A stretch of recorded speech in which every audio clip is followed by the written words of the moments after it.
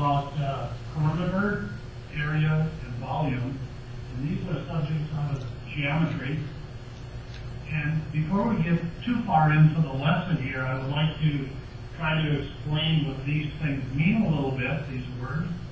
First of all, if you look at the word perimeter and break it into two parts, you have the prefix peri. And if you think of periscope, it means to look around. Perimeter, peri means around. Peri means around, and meter means to measure. So perimeter is simply the measurement around a figure. And there's a key word that goes with perimeter that I like to use, and that's the word surround. You're going around the figure, so I use the word surround to go with perimeter. Now area, on the other hand, is the key word with area is to cover. Is to cover. And I'm going to come back and talk about these just a little more, just a moment. But area means to cover. Volume implies that you should fill.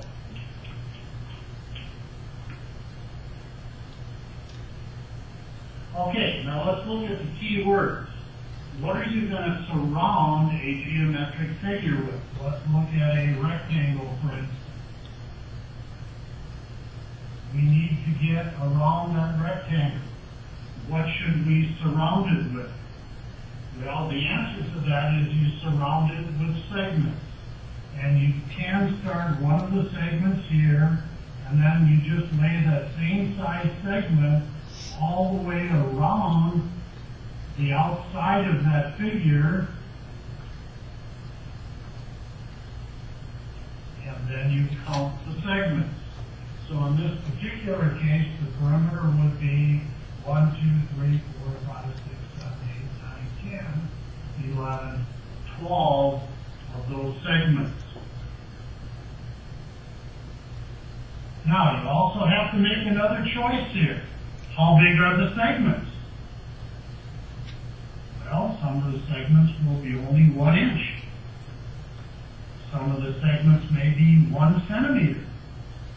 Some of the segments may be about 3 feet. Let's go to that for CR. Or a little bigger than that, they might be a meter. If you have an unusually large figure, perhaps the length of that segment might be a mile. So you have to choose how long the segment is going to be, and then you lay that same size segment around the figure to surround it. And when you count the number of segments, that is the perimeter. When we look at area, we're talking about covering. And let's take the rectangle again. And mathematicians a long time ago decided they would cover these geometric figures with squares. They would cover them with squares. So they decide, just like the kind of segment over here, they decide on a certain size square to use, and then they start putting those squares over the rectangle to cover it. And then when you counted the number of squares necessary, that was your area. So for instance, if I took a square that was this size,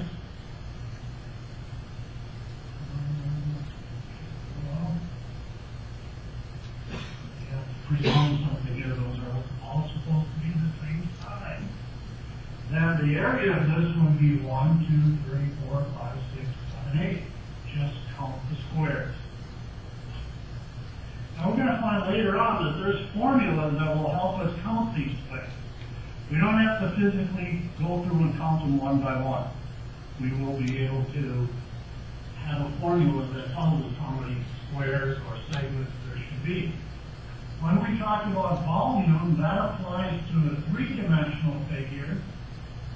And this one's a little more difficult to draw, of course, because it's 3 dimensions.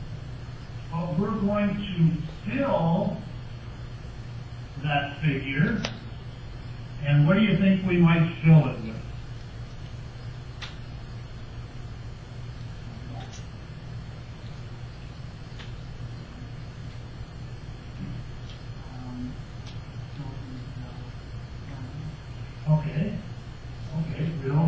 got to have something that takes up space because we're going to fill this up.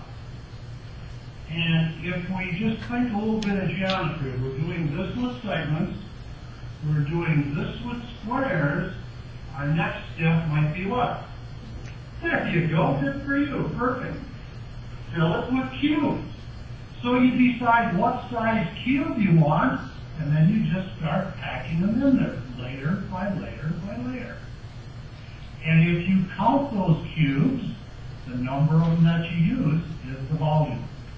Now, I'm not going to attempt to try and draw this thing full of cubes, so you need to use your imagination a little bit here. But we're going to take a cube off of one in here just to show you I can do it.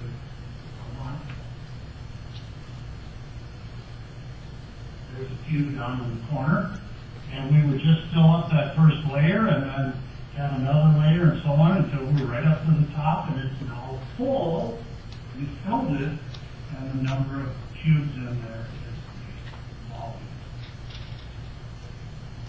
Now, let's go back. I mentioned that we have a formula for doing these things. Let's go back and see what that formula is. If we're dealing with perimeter, usually we use the letter P for perimeter, and the perimeter should be found by, if we measure one of these sides, now let's suppose it's 10 inches. How many segments, 1 inch long, will fit there? 10, sure, exactly, 10. If it's 5 inches long and we choose inches again, there will be 5. If it's 50 feet and we use feet as our segment, 1 foot long, then there will be 50 of them along that side. So the measurement of that side will tell us how many segments are there at the other side. So this side and that side in a rectangle are exactly the same size. And if we call this piece the length, we'll use L to represent length. If we call that length, to get around this thing and surround it, we need 2 of the length added in. We also need to add on to that the 2 other sides, which we'll call the width.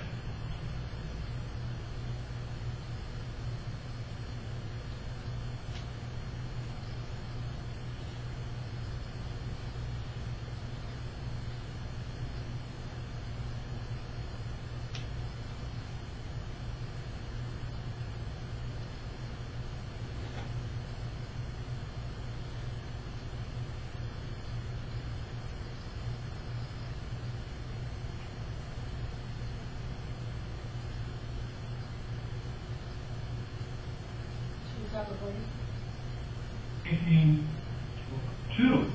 So in this row there would be 5, there's actually 4 in the picture, but I presume there's 5. And there would be 2 rows, so the number of squares in the whole thing is the number in each row times the number of rows. Well, this side tells me how many will be in each row, and this side tells me how many rows there will be. So the area turns out to be length multiplied by width.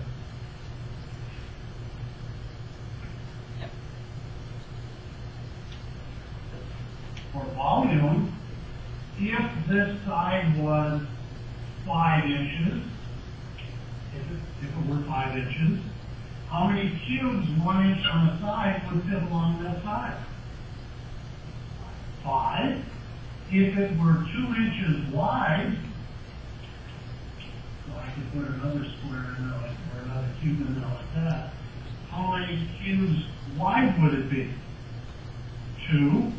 So the first layer would have how many cubes in it? 10, wonderful. 2 times 5. How many layers would there be if this is 3 inches high? 3 layers, exactly. So the volume can be calculated by taking, we'll call this length, we'll call this width, and we'll call this height. And if I multiply those three together, that will give us the volume. Again, this multiplication here tells us how many are on the bottom layer, and this tells us how many of those layers will stack up. We're going to have an opportunity now to practice with the formulas that we have on the board, and I would like to take this rectangle, it's a pretty poor one, I can draw a little better one than that, and let's suppose that that rectangle is 3 feet on that side and 5 feet on that side. And let's suppose that we want to find the perimeter. The formula again for perimeter is 2 lengths plus 2 widths. And now, how long is this rectangle? How long? 5 feet, that's correct. And how wide? 3 feet. Now we want to keep those labels in there. So the perimeter is twice 5 feet, and it's also twice 3 feet. So the perimeter becomes 10 feet plus 6 feet, and since those are both feet, we can add them together, and you already have the answer for us here before. That's great. 16 feet is the perimeter. So if we want to surround that rectangle, 16 feet is what we need to do there. Let's take the same rectangle and look at area for a moment. Same rectangle. Again, the length is 5 feet. The width is 3 feet. And we want area. I've got to be thinking about squares here. Remember when it's area. And the formula for area is length multiplied by width. And the length, 5 feet, width 3 feet, just like it was before. So area is 5 feet multiplied by 3 feet. And now we have a little bit of a problem. What do we do with feet times feet? Do we know what to do with that? There you go, it's square. Just like x times x is x squared, or y times y is y squared. Feet times feet is feet squared. Now, look at what just happened. It's telling us how many squares 1 foot by 1 foot, feet squared. And 5 times 3 is 15. So it appears that we're going to need 15 squares, 1 foot on a side. That's what this is telling us. 15 squares, 1 foot on a side to cover that. Let's look at volume and give an example, and then we can move on to something else. So we have a hexahedron here, or perhaps you call it a box. I don't know what you're most familiar with. And let's suppose we have 3 centimeters, 4 centimeters, 5 centimeters. Volume, according to the formula, is length multiplied by width multiplied by height. The length of this would, well, you have kind of a choice.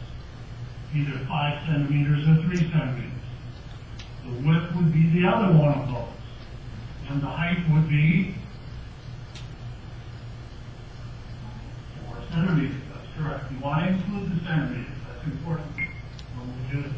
So now we're going to multiply 5 centimeters times 3 centimeters times 4 centimeters. And just like the previous problem, we have a little bit of a snag here.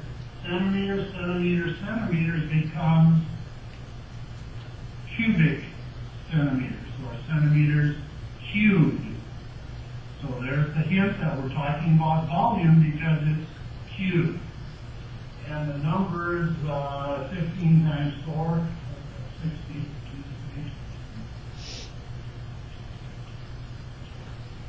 So what this answer is telling us is that it's going to take 60 cubes, centimeter on the side, in order to fill up that.